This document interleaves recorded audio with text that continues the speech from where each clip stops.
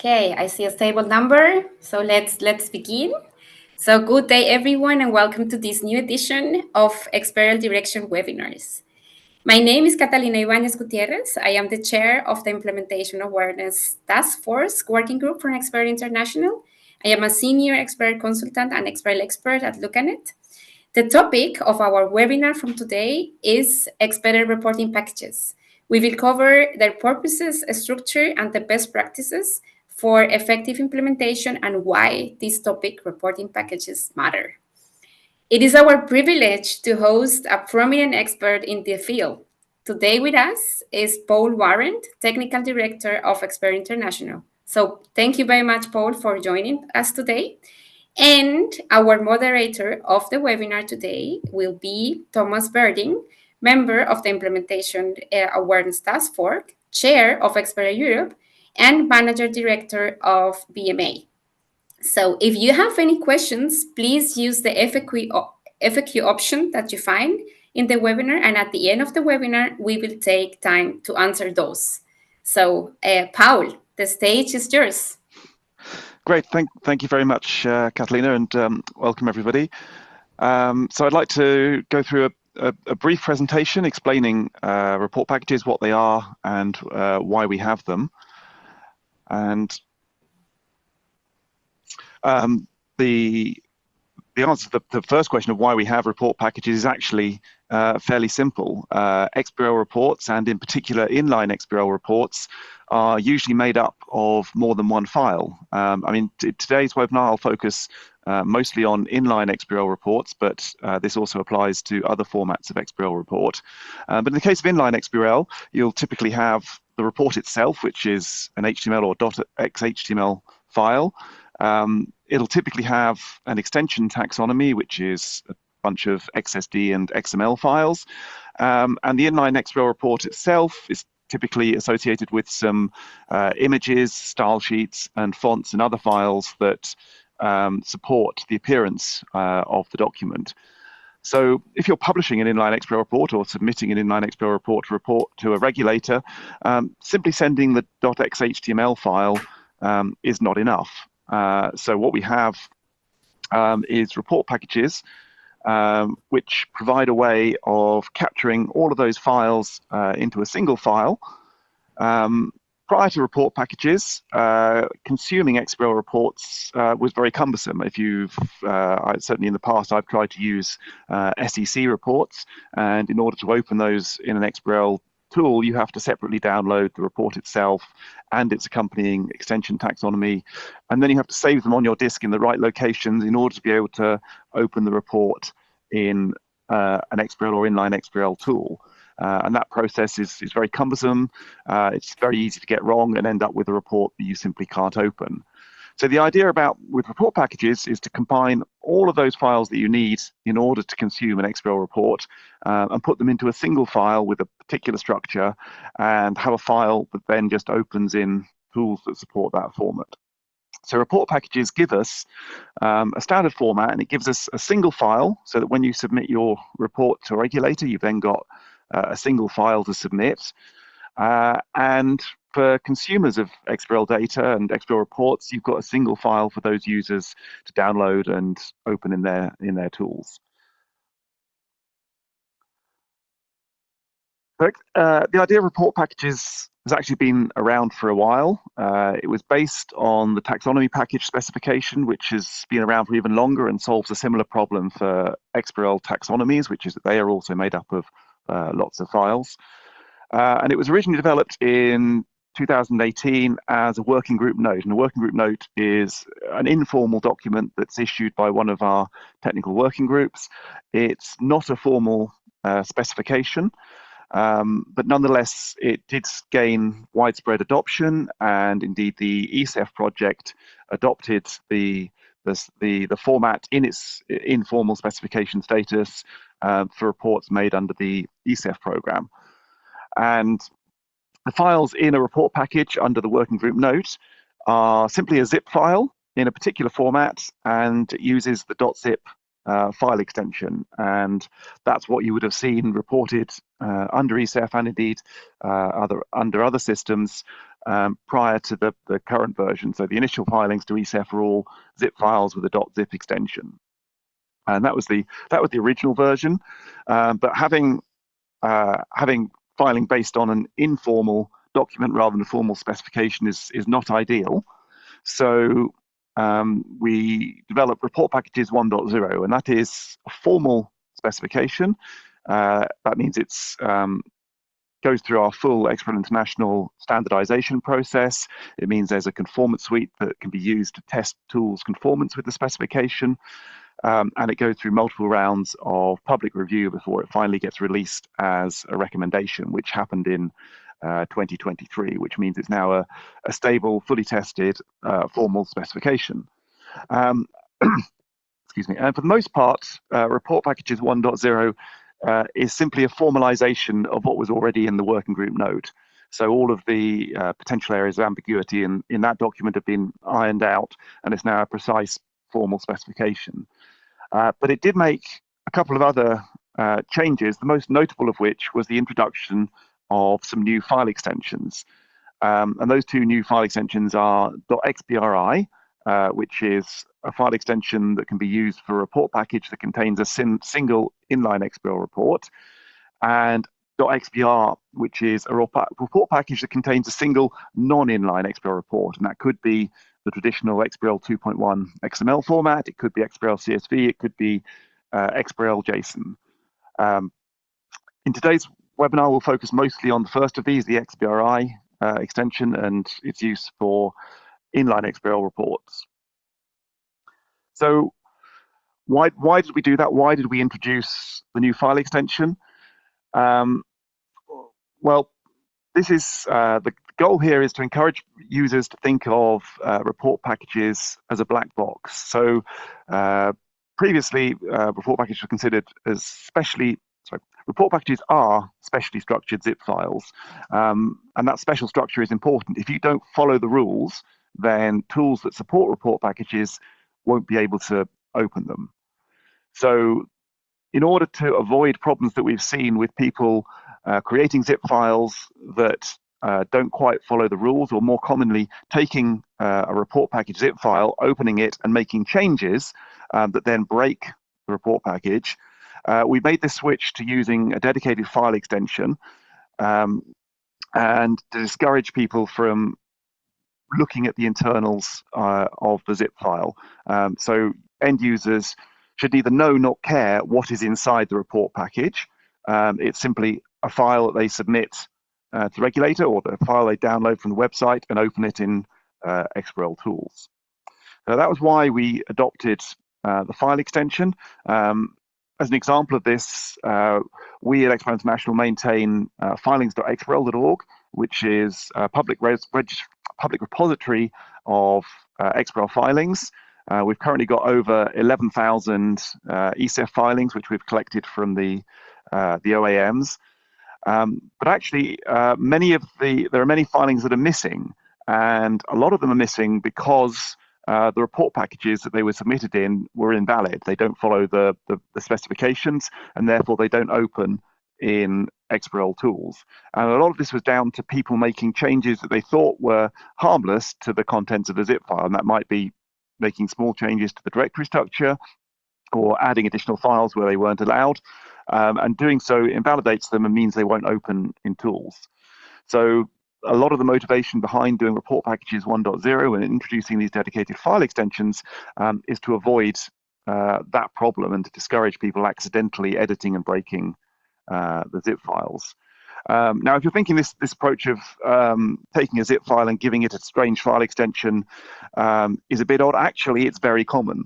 There's a lot of formats that take this approach, and if you've ever used a docx file or an xlsx file, which I'm sure you have, those files internally, they're just zip files with a different file extension. And there are plenty of other examples as well. .jar files for Java, the EPUB format also uses zip files internally.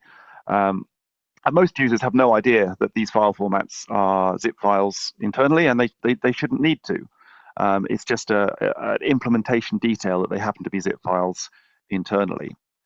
But the important thing is you can't just take any zip file, rename it to docx, and expect it to open it in Word. It has to actually follow the right structure for a docx file. And exactly the same is true of XBRL report packages.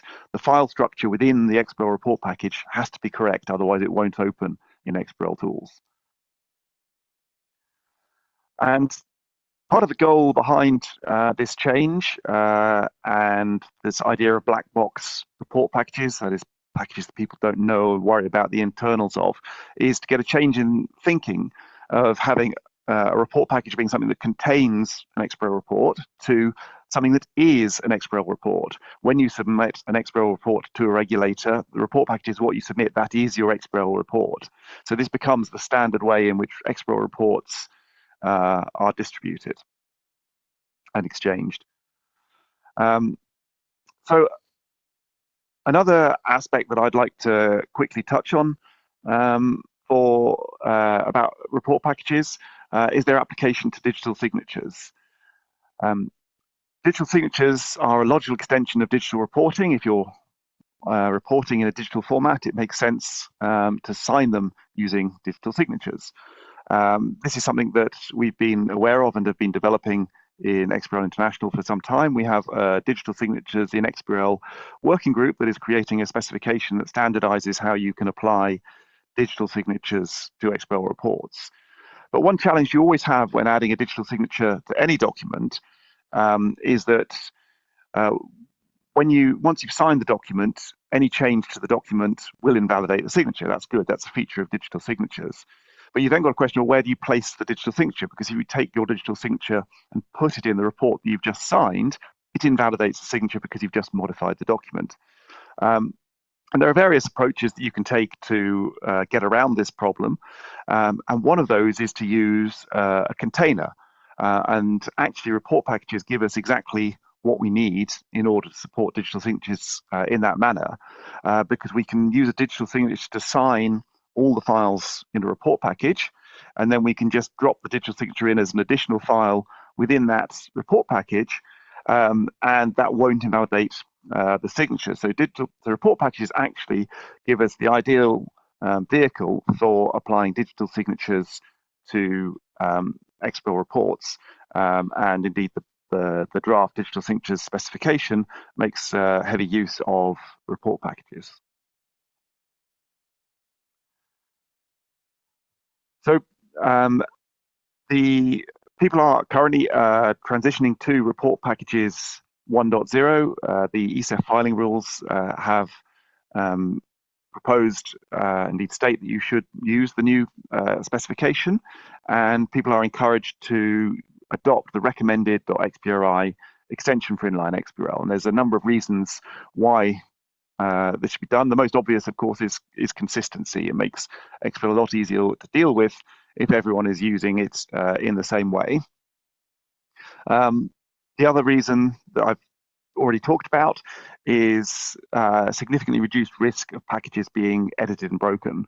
If people don't know that the files are zip files, then they're less likely to attempt to open them as zip files and make changes. It also gets ready for digital signatures. If the world is using report packages for XBRL reports, then it becomes much easier to add digital signatures once that specification is ready. And the final reason is just improved consumer experience and improved ease of use of XBRL. If XBRL files consistently use .xbr, the .xbr or the .xbri file extension, XBRL tools can be configured to recognize those file extensions and open automatically when they see one of those files. And opening an XBRL report should become much easier because it'll be associated with the right file, and the tools will just open them and do the necessary processing with access to all of the files they need in order to open an XBRL report. So that's everything that I wanted to cover about report packages. If you want more information, there's a number of excellent guidance documents that have been produced that explain the topic more. Most important of those is the Understanding Report Packages guidance document that's been released by the under the BPB committee, and that's available on the XBRL.org guidance website. There's also a more technical document, the report packages technical FAQ. I've put the links there, but both of these files you can find if you go to xbrl.org/guidance and just search for report packages. Both of these documents will come up. And with that, I'll be very happy to take any questions you may have. Yeah, thank you a lot, Paul, for those explanations. That's really clear. I remind to everyone connected that you can send the question to the Zoom system. And I probably have a first question because you spoke about the transition that we are doing now from going to the group notes to specification. So how should the filing rules be updated to accommodate the new report package specification? Okay, yes, that's a good question. So what we would like to see is filing rules being updated to require that reports are filed using the report package 1.0 specification, and certainly for inline XBRL reports submitted using the .xbri file extension. We would also like to see data collectors that consume XBRL reports validating that the reports are valid at the point that they're consumed, because it's as I mentioned, it's been a big issue for us creating the filings.xbrl.org repository, that a lot of the filings aren't actually in the correct format, and we think that I mean, if you look at systems that might use other formats, we wouldn't expect regulators to accept corrupt PDF files, so we'd expect them to apply at least the same basic level of validation to XBRL reports, that they are technically sound. And of course, it's not just filings.xbrl.org, it's any consumer of XBRL data won't be able to open these files if they're not compliant with the specification. Okay, thank you. And you also presented us the ESEF report repository, and ESEF is a big topic using report package. So if we focus on this specific use in Europe or in the EU, how does the transition goes with the ESMA reporting manual for ESEF? And is it in line with what you just said? Yes, so the ESEF filing rules have been updated to require the report packages 1.0, and I believe they also require the .xbri file extension. Of course, the complexity with ESEF is that the rules are implemented individually by the different authorities in each country. So the ESEF filing rules are essentially the proposed filing rules, and then different OAMs, the officially appointed mechanisms, choose exactly what gets applied. But generally speaking, the OAMs adopt the ESEF filing rules as they're written. So we expect that most, if not all, OAMs will adopt what is proposed in those ESEF filing rules that are published by ESMA. Yeah, we can probably say that this year, for the filing of the financial statement 2024, there was different rules in different countries, but there is a clear guidance. Number is 261 in the ESMA reporting manual. So we hope everyone switch to the .xbri file and the report package specification. So as you presented it, it seems quite easy to do that. But what are benefits and challenges for the preparers and maybe also for the data users of all those packages? Yes, yeah. So I think I think the benefits I've already talked about. Certainly the consistency and the ability for tools to be configured to work directly with those file extensions to recognize XBRL files, and of course addressing the data quality issue that we've seen. But yes, there are challenges. I think most notably it's the unfamiliarity with the new file extension, and that people won't initially know what a .xbr file is, and there may be tools that haven't yet been updated on the consumption side to recognize those file extensions. I think actually as we already have started seeing filings using the new extensions, tools get updated very quickly in order to support that if they haven't been already. But that is, I think, the main main potential issue.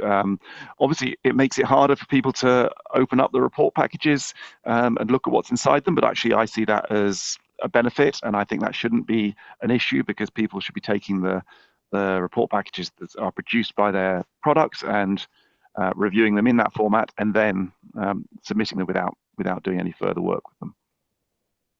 And on the opposite, if they produce inconsistent packages, what would be the result then? Well, that's hopefully that will happen less and less. I mean, we have a software certification program that allows us to test XBRL software, ensure that what they're producing is valid. And actually, one of the missing pieces that we had when we were on the working group note version of report packages is there wasn't a formal conformance suite to go with it, and so we couldn't do proper certification for that format. Now that we have that conformance suite and the formal specification, software certification tests that products are producing files that are valid according to that specification, and therefore files produced by compliant software should be valid, and as long as you don't then modify it, there shouldn't be a problem. Unfortunately, if there is an issue with the file produced, that's an issue for the software vendor to resolve, but I know it is unlikely.